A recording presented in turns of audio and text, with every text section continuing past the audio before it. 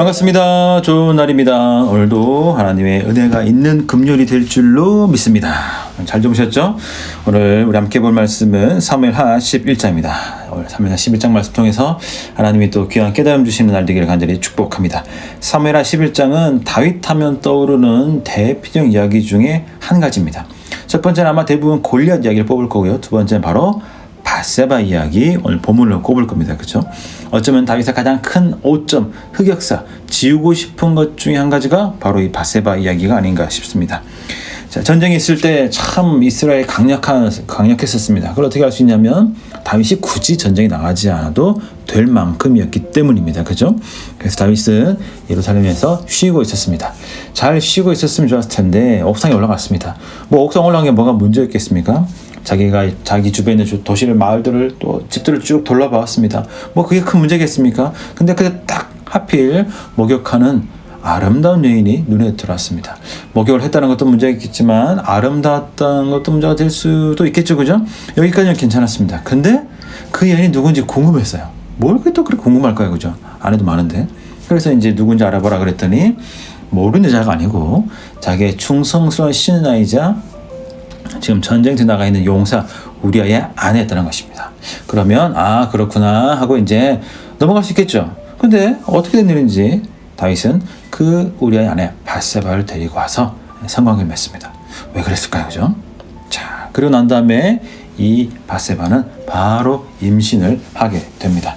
이제 다윗은 큰일 났습니다. 이게 알려지면 탄핵은 되지 않겠지만 자기의 왕의 삶에 있어서 치명적인 오점, 수치스러운 일을 당할 수 있기 때문이죠. 그래서 부랴부랴 우리아를 불렀습니다. 그리고 우리에게 말을 하죠. 집에 가 쉬어라. 근데 말했지, 집에 가 쉬어라. 아마 대부분의 사람들은 우리아가 눈치를 챘을 것이라고 봅니다. 왜냐하면 다윗이 너무 친절했거든요. 그리고 혼자 불러왔거든요. 그리고 다윗이 계속 우리아 보고 집에 가라 계속 집에 가라 그러니까 뭔가 눈치챈 것 같아요. 그래서 더 우리아가 집에 가지 않았나, 집으로 안 간 것은 아닌가 하는 생각이 듭니다. 그리고 다시 우리아는 전쟁터로 보내줬고 어쩔 수 없이 다윗이 여호와에게 명령을 내어 우리아를 죽입니다. 그리고 밧세바는 아이를 출산하게 됩니다. 그것이 오늘 본문 이야기죠. 오늘 본문 보면은 다윗은 하나님이 주신 권력에 취해 있음을 알 수가 있습니다. 하나님이 주셨던 그 절대 권력, 모든 것을 마음대로 할 수 있는 그 힘을 가지고 자기 죄를 짓는데 사용하고 있다는 거죠. 자, 그런데 말이죠. 오늘 본문은 참 신기합니다. 오늘 밧세바가 그냥 조용히 가만히 있었던 것 같은데 아이를 딱 임신하니까 이야기합니다. 자, 어디 몇 절이냐면요. 5절이죠. 그 여인이 임신함에 사람을 보내 다윗에게 말하여 이르되 내가 임신하였나이다 하니라. 오늘 본문에서 보내다는 것은 굉장히 갑과 을의 관계에서 갑이 을에게 하는 행동을 보내다는 동사로 설명하고 있습니다. 오늘 본문 보시면 다윗은 밧세바의 사람을 보냈습니다. 또 요압에게 사람을 보냈고 계속 보내는 일을 합니다. 근데 역전되죠. 밧세바가 다윗에게 사람을 보냅니다. 왜요? 임신했으니까요. 자기가 칼자루를 친 거죠. 자, 이제 우리아 보냈죠, 그죠? 그러나 우리아는 우리아를 불러들였는데 우리아는 다윗의 말을 끝까지 듣지 않습니다. 그러니까 이미 벌써 여기서부터 이제 뭔가 다윗의 절대 권력에 틈이 계속 생기기 시작하는 거죠.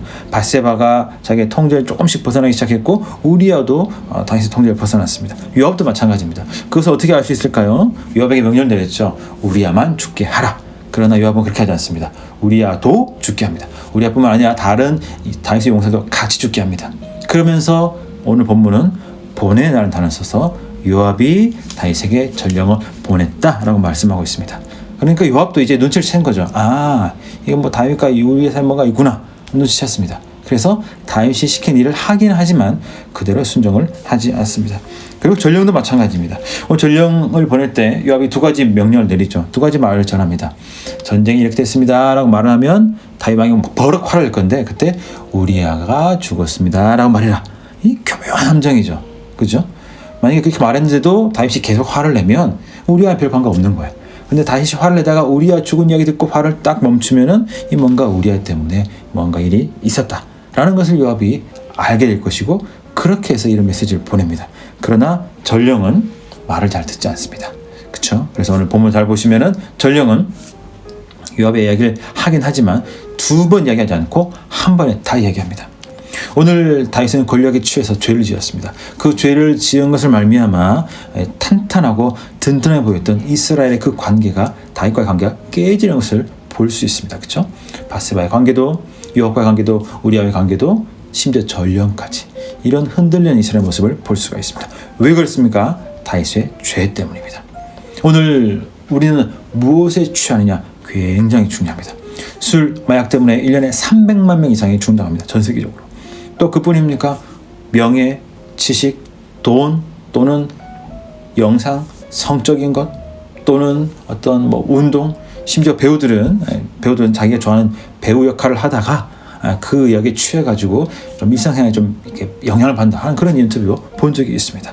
오늘 우리가 무엇을 취하느냐, 어떤 거에 빠져 있느냐 굉장히 중요하다는 거죠. 에베소 5장 18절에 이렇게 말씀하고 있습니다.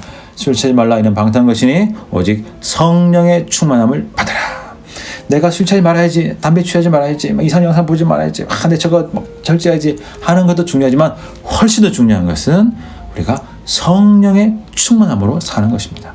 날마다 기도해야겠죠. 하나님, 제가 약합니다. 성령의 충만함을 채워주셔서 제가 하나님 주신 좋은 것에 취해 빠져 죄지는 길을 가지 않도록 도와주시고 그것을 누리되 성령 충만함의 삶을 살 수 있도록 도와주시옵소서.